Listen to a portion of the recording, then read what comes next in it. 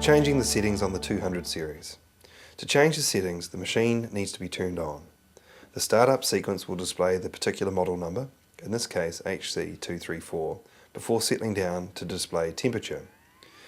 Temperature settings are always under your control.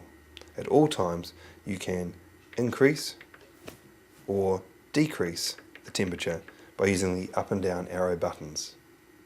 If you turn the machine off and then turn the machine back on, it will remember what the last temperature setting was.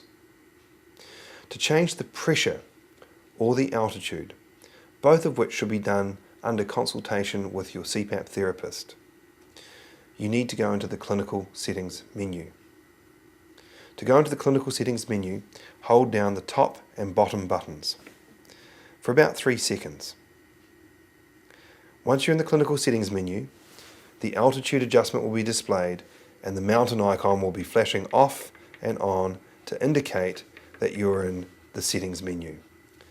It will either have an M or an FT to indicate that it's displaying meters or feet. At 500 meters, the pressure is adjusted upwards to compensate for being at an altitude of 500 meters. At 1000, the pressure is adjusted up to compensate for being at an altitude of 1000 meters, and so on. In New Zealand, most places in the country are at 0. If you're happy with your altitude setting, you can advance through to pressure.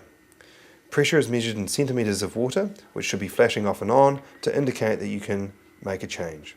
Use the up and down arrow buttons to find the pressure that you want to set it to, and once you're happy with that adjustment, press the bottom button to lock the setting in.